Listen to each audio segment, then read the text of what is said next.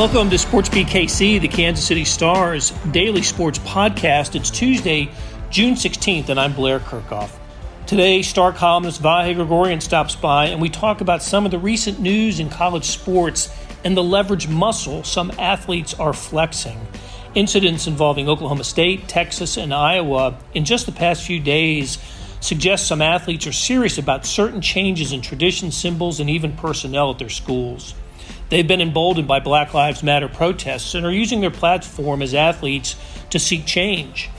After a break, Vahe tells us about his morning spent at one of the most uplifting places in Kansas City. So, okay, here we go. We'll start with audio from the video that Oklahoma State coach Mike Gundy and Chuba Hubbard put together early on Monday evening.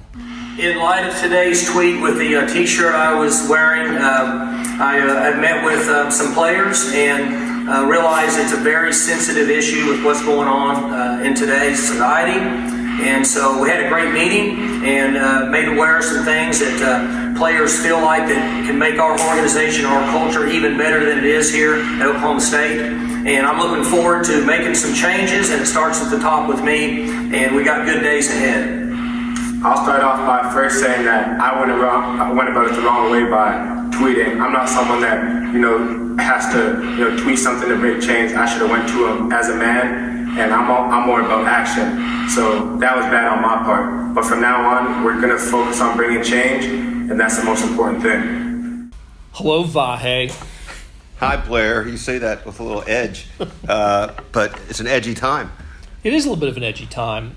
A couple things I want to get to, or we should talk about right off the bat. We're talking, as I said in the introduction, on Tuesday. There was some news this morning involving the College Football Hall of Fame. The ballot is out, and some local interest. Eric Bieniemy is on the ballot. Tony Gonzalez, Darren Sproles is on the ballot for the first time. Michael Bishop, the K-State Stars, and for the first time, Gary Pinkel, the University of Missouri football coach for 15 years. And I was reminded when I was reading the ballot that he's the winningest coach at two schools. He's got the most victories not only at Missouri but at Toledo, which is interesting and might help his chances of getting into the College Football Hall of Fame, maybe as a first ballot guy. And then, of course, we're going to talk about this later, but you had an interesting morning visiting one of the more uplifting places, I think, in Kansas City. Looking forward to hearing your thoughts on that. But, okay, we got the news out of the way, and we've teased the second part of the podcast. What you and I are going to talk about now is something that I didn't think that we would talk about on Tuesday, but then Monday unfolded the way that it did. Starting at about 2:30 in the afternoon, the picture on Twitter, maybe somewhere on social media, I saw it on Twitter, appeared with Oklahoma State football coach Mike Gundy wearing a T-shirt of the news network. I think OAN, is that what it is? Yes. One American News.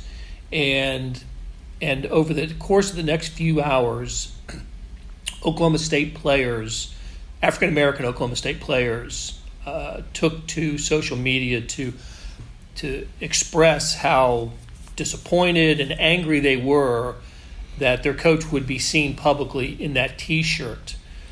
So the day ended, and about 5 hours later, after the image appeared on social media, the day ended with Mike Gundy and Chuba Hubbard, the running back, whose tweet was really set the wheels in motion for the feelings that were expressed by Black Oklahoma State players and former players, giving one of those dual messages together, and then bro hugged it out at the end, and you heard that at the top of our podcast here. So, what I wanted to ask you, Vahe, is it's not the first thing. This is not the first instance we've seen of college athletes, and I guess college football players, mostly what we're talking about, using their positions to protest, not in the streets, although some of that has happened, but to protest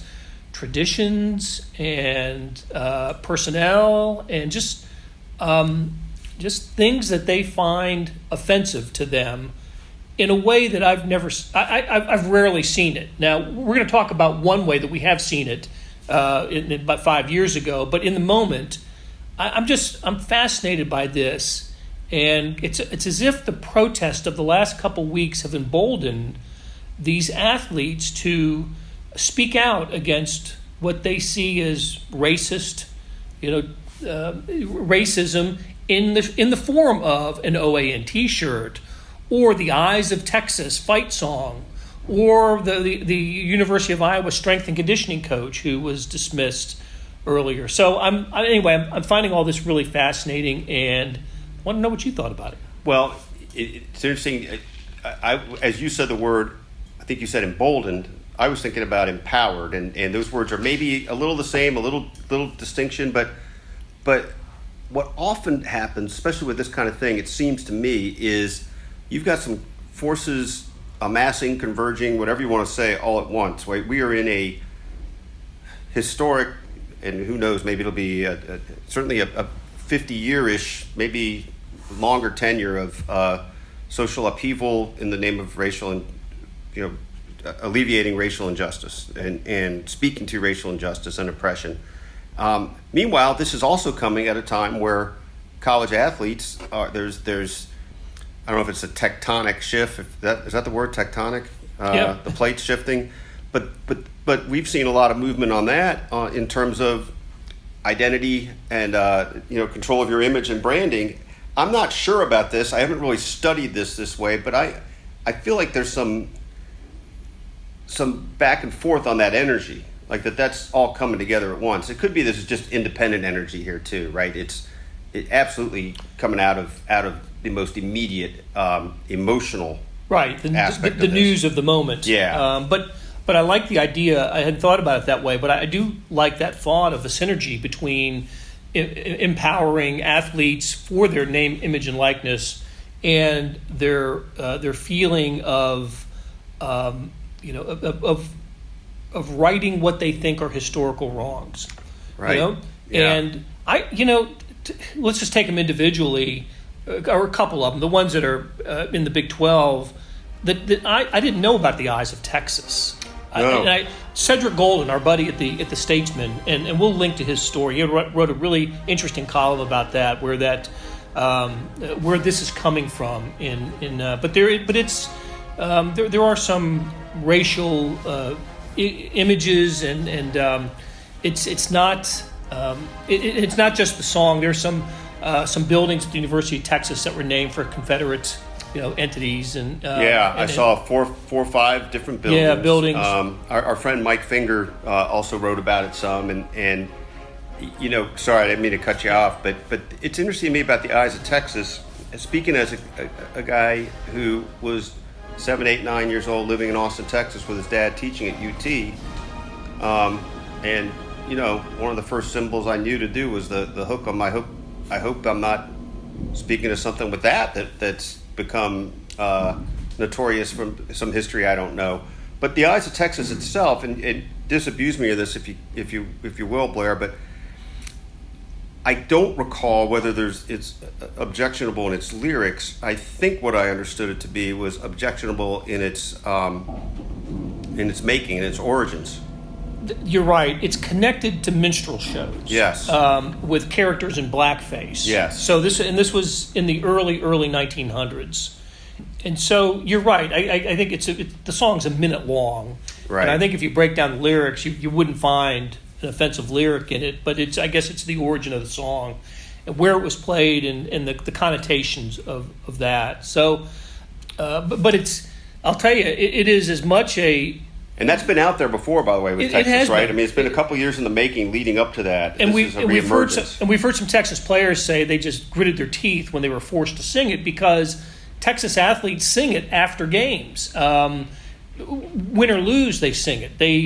On road games, I've seen them go over to where the Texas band is in the corner of the stadium, whether they've won or lost the game, and have their hook and horns fingers up, and they sing the Eyes of Texas. And I've seen it at the Cotton Bowl after the Texas OU game, win or lose, and of course at all home games. So it's every bit for a Texas Longhorn fan, it is such an emotional, powerful musical piece, right? Yeah, and really, I don't want to overstate this point, but I think it's the first song I knew the words to as a kid because of being there. So it's that you're that indoctrinated in it without any understanding of the aspects we're talking about now.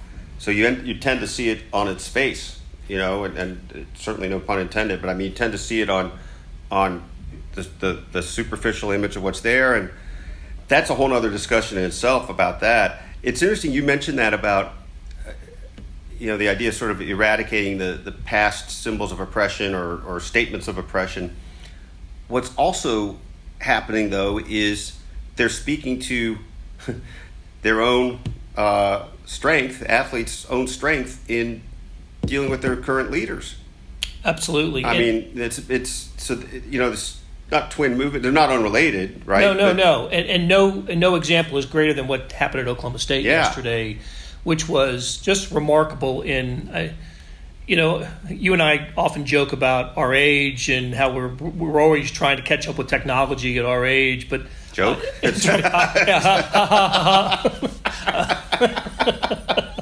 But I'm sorry, even the most tech savvy person had to be amazed at how that story came to life, gained life, and was not resolved, but at least I guess in the minds of Mike Gundy, had at least a period by less than 5 hours, because on Monday late afternoon, this was the story that was going around the sports world yesterday, was Mike Gundy wearing his OAN T-shirt he was on a fishing trip and he was posing with the fish, right? Right. So he's wearing the T-shirt or with friends. I think the one I saw. Yeah. And then his players see it, including Chuba Hubbard, the nation's top returning rusher and Heisman Trophy candidate, and a guy that will be in the NFL after this season, who had to actually turn down to the NFL draft this past year to come back and play another year, and his highly regarded teammates were in full support of him. At least his black teammates were. Yeah. So just amazing how quickly that sprang to life. Well, something else you made me think of when you were referring to our age. This is true too, though. This is part of this story, is the evolution of the player-coach relationship, and we're seeing potentially a whole new tier of that. But what we're certainly seeing is the day of authoritarian rule of every aspect of the program. I mean, now there's still coaches that are control freaks, and probably you don't have to look too far or think too hard about who still holds players in their spell. But I mean, we grew up on the coach's word was the absolute word, and no players were going to buck the system, and you brought this up kind of at the start, but the leverage has changed. The leverage is changing with this. And I think it reminds me a little bit of the feeling we had in the initial days of the coronavirus, where you start thinking you have your arms around the scope of it. I feel like maybe I don't really have my arms around the scope of it. I feel like I can't quite project what the next aspects of this are. Oh, I certainly don't either, except in the cases so far, at least in college sports, where an athlete has expressed whatever anger, disillusionment, displeasure at something that the school, either a tradition or a coach or whatever, the coach hasn't stood up and said, no, I'm right, you're wrong. I mean, that, or you better fall in line. That hasn't happened yet. It's been just the opposite. The coach has found a way to, this doesn't correlate to colleges, but what Mike Gundy did yesterday, and it wasn't an apology, but it was kind of an admission of not understanding what the meaning of his T-shirt, and we should probably explain what that T-shirt is. OAN is a right-wing news network. I've never seen it. I don't even know if it's on my basic cable. I don't think it's on my basic cable. The only indications I've seen of it are frankly in news conferences with the president, where it is the questions I've seen have been actually not really journalistic questions, but questions that are as if they are part of the Trump campaign. Right. very sort of accusatory and leading, and really not asking a question, almost making a rhetorical statement. That's been my few observations of it have been that. That's been my only exposure to it. And obviously it's taken on, it's fascinating to me actually that the identity is that understood that Chuba Hubbard was cognizant of it. I have not tracked that part of the story, why or what it is that led him to be that cognizant of something that maybe most people aren't. But it suggests to me that he's been following the news, suggests to me that he's socially alert, but I don't know those things. Well, and certainly one area that has angered a lot of people is the OAN has described Black Lives Matter as a farce. And right. a radical right. Yeah, good point. Much more salient. I just think that's where I'm sure that's the crux of it. Yeah, that's right. So what Mike Gundy, he didn't come out and apologize, but showed some contrition in the video that he cut with Hubbard. But it reminded me a little bit of what Drew Brees did over a quick over basically a 24-hour period where he was out, where he was condemning those that didn't stand for the national anthem, got the criticism from New Orleans Saints players and others around the NFL, and the next day did apologize and express a lot of remorse for what he said the previous day. This reminded me a little bit of that, not to that extent though. So, well, it's interesting how Drew's, and I'm sure there are many different views on the spectrum of how that played out with Drew Brees, right? But we know Drew Brees to be a great football player and pretty great citizen, right? His efforts with Katrina and things like that. We know him to have had a real carved out stance on how he saw the protests during the anthem, and that he doubled down on it basically initially, even without thinking he was. But then we have the rest of the outcome, which is what seems to me to be not a response to pressure as much as I think he conveyed a sense of enlightenment. I think his rationale changed. I think he understood, and it's been hard for some people to embrace this point, but what the protests are really about. And for whatever reason, so many people have succeeded in conflating it with something it's not. But it's been, the stance of,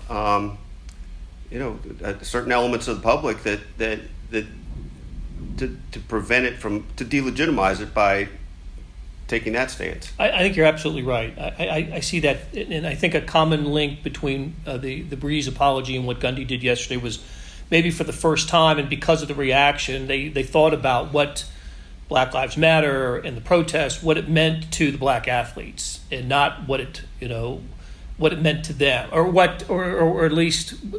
I think we can guess from their initial, the T-shirt and what Brees said originally was they hadn't given it a whole lot of thought, right? That I just see guys protesting and don't understand what the message is, and whoever's in their ear, or maybe a preconceived notion of what that says without really. And I do think this, Blair. I think that there's a sort of listening and hearing distinction right now that is different than we've known. Certainly in these last years with these sorts of movements, but maybe even in a certain way in our lifetimes. Maybe. We'll see how that plays out, right? We'll know. Yeah, we'll know when we do a podcast a year from now.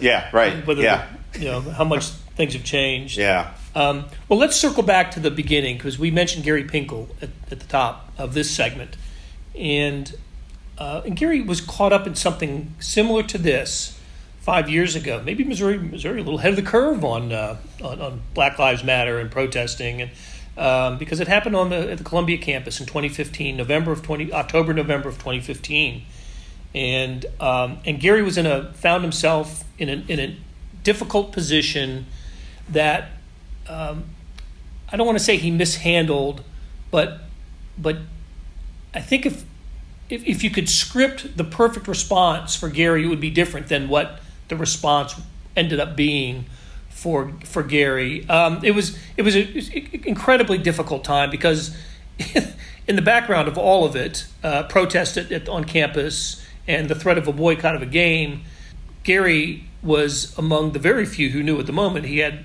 Hodgkin's lymphoma, and that this was going to be his last year. So he's dealing with that, and then having to be the face of the program at a time when I don't know if the players were interested in, being part of the program. So the reason we're circling back to Gary because he was named a finalist or on the ballot for the College Football Hall of Fame today. So what do you remember about those few days in just November? a quick thing. I do want to just interject before I start on that part. And I think we both feel this way. What a worthy candidate Gary is for that. No doubt about it. I'd vote for him in a heartbeat. He'll whether he gets in the first ballot or not, he'll be in the College Football Hall of Fame, and I think he deserves to be as soon as you can get him in. Yeah, I feel like that too, and we probably no need in the time we have to recite all that. Maybe that's when the votes come or when we get a chance, we can do a whole thing on Gary. But that's really cool. I think it was a time of such, just chaos and flux, right? So much was happening really fast. And as you just noted, against a backdrop in which he is dealing with cancer and, what do I do and all that.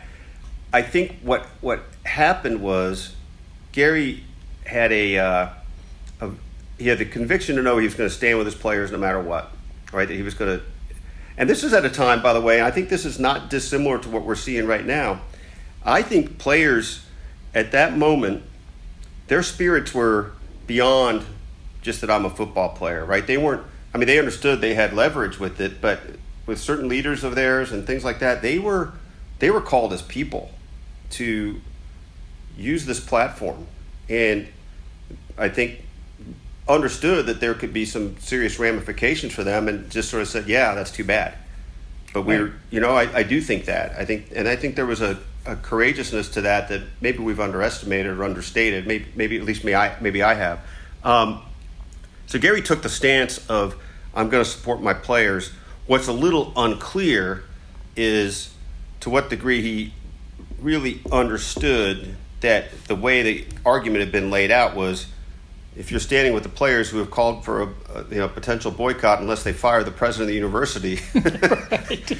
Then you are, in fact, standing with the players calling for the firing of the president of the university. If I recall correctly, and I didn't look back at this, if I recall correctly, those were the parameters.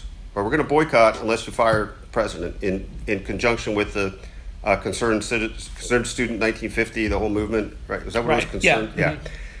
So I think Gary just understood that first and foremost, you can't alienate your players and was, I think, willing to enter the fray that way.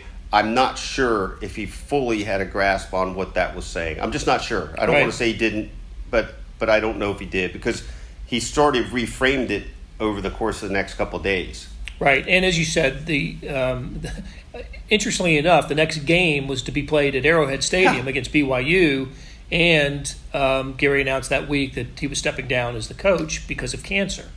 So, which what a 72 hours or so. Oh my gosh! And I think there was probably some what's that expression we're supposed to use in our job, Blair? If your mother says she loves you, check it out. Get a second source. Certainly, yeah, second source. And I never did find that second source.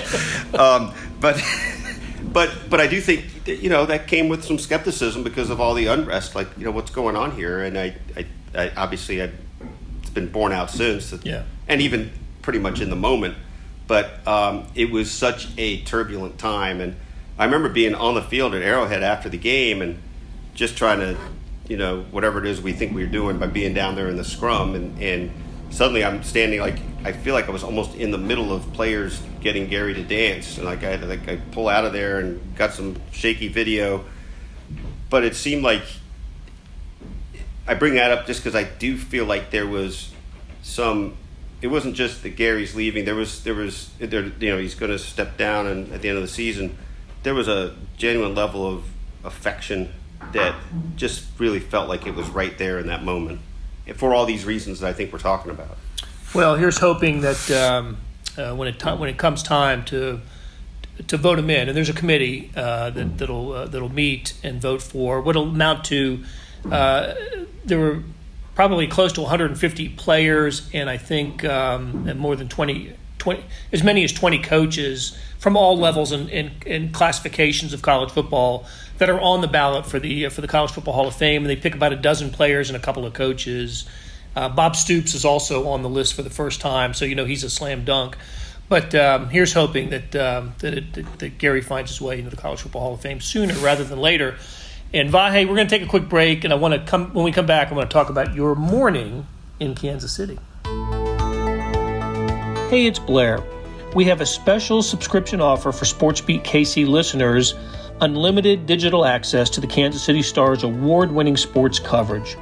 Sign up now for 1 year of Sports Pass for access to all the sports news, features, and columns presented on the kansascity.com site, and it's only $30. That's a 40% savings off our regular rate. Your subscription will automatically renew after the initial term at $50 unless you tell us to cancel.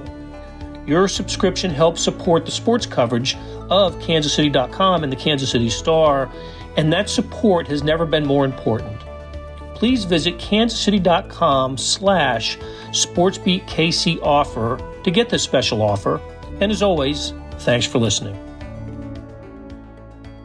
Back with Vahe Gregorian. Vahe, where were you this morning? So, Blair, I was at reopening day because apparently we're not going to have an opening day. So I consoled myself with reopening day at the Negro Leagues Baseball Museum. And I'll tell you, it was great to see Bob Kendrick in a suit again. The last few times I've seen him, he's been in varying other styles of dress that we're just not used to. So that it was just a little bit of sunshine, right? I went over there a few minutes into sitting down in Bob's office with him. The interview was called to a halt because the staff had a bunch of cards for him and a pound cake for him for his birthday yesterday. Aww. Which I suggested to Bob that he may have put off the reopening so he could have yesterday to play 36 holes.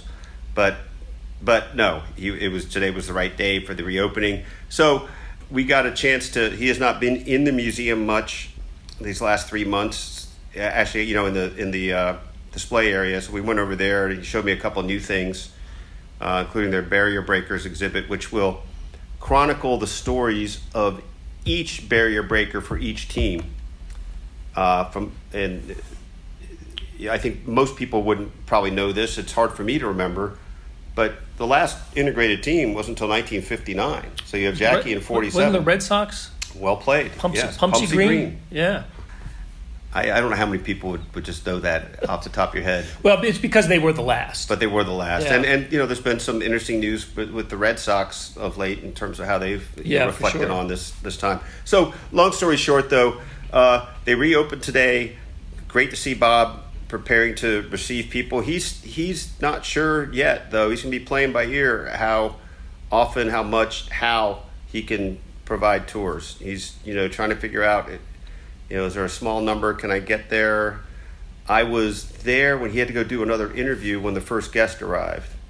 And it was a nice woman from Brooklyn who was driving through with her husband to Colorado, and she was very keen on the civil rights aspect of the museum. In fact, so keen on civil rights that she wanted to know if I could guide her to any protests in town today.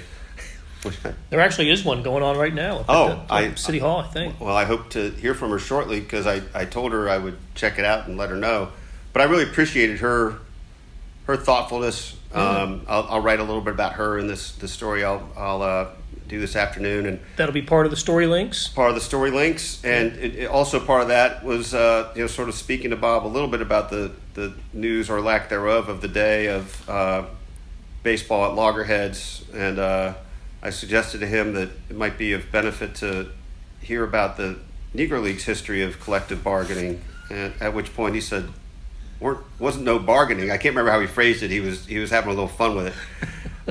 So we'll try to put this all into some hodgepodge or something and type it up. Well, I'm looking forward to it because any time spent with Bob Kendrick is time worth spent. I mean, he's just an amazing man. Absolutely, and to your point, one of the benefits, it's not been a benefit for the museum, alas, right? All nonprofits and museums and such have really suffered in this time. But it's been a benefit to me that during the virus shutdown, we in our jobs have had a chance to slow down and pay attention and dig into some things we maybe wouldn't normally get to with a lot of hustle bustle. So I probably had more opportunities to talk with Bob in the last 3 months than almost anybody else, and certainly than I've ever had. So Bob and I have had a lot of long talks over a lot of current events and things with the museum in the last couple months. Well, that's terrific. That's terrific. So, all right, Vahe, I really appreciate you stopping by today, and I imagine you and I will be talking again later this week. Okay, thanks, Blair. That'll do it for today. Thanks to our production staff of Derek Donovan, Savannah Smith, Randy Mason, Beth Welsh, Jeff Rosen, and Chris Fickett. Tip of the cap to Vahe Gregorian for joining me today. Links to stories about college sports and Vahe's column can be found in the show notes and on kansascity.com. Hey, earlier in the episode, you heard me talk about the Sports Pass offer. It still stands. It's still a good one, $30 for a year's worth of sports coverage, and that includes the Sports Extra that comes with the e-edition. There are 20 pages of additional sports coverage today. Here's an even better offer. Buy the entire Kansas City Star product. Sports news, features, commentary, analysis, the whole thing. You get all the stories written by my talented colleagues, plus extra news, sports, and business coverage from national outlets.